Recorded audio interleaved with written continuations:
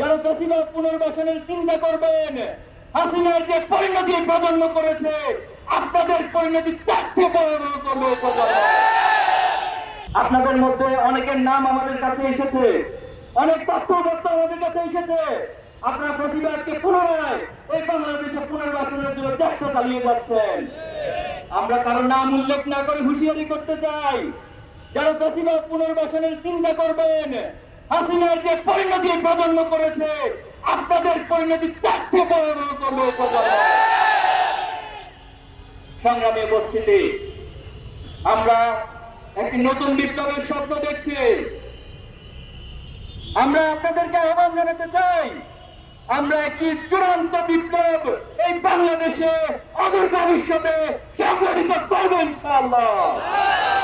একটি চূড়ান্ত বিপ্লবের ইশতিহার ঘোষণার জন্য প্রস্তুতি নেওয়ার জন্য ছাত্র সমাজ সহ দেশবাসীকে প্রস্তুতি নেওয়ার উদাত্ত আহ্বান জানাচ্ছি।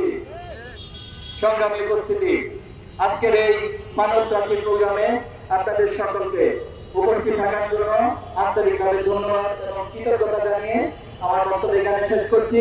আসসালামু আলাইকুম ওয়া রাহমাতুল্লাহ।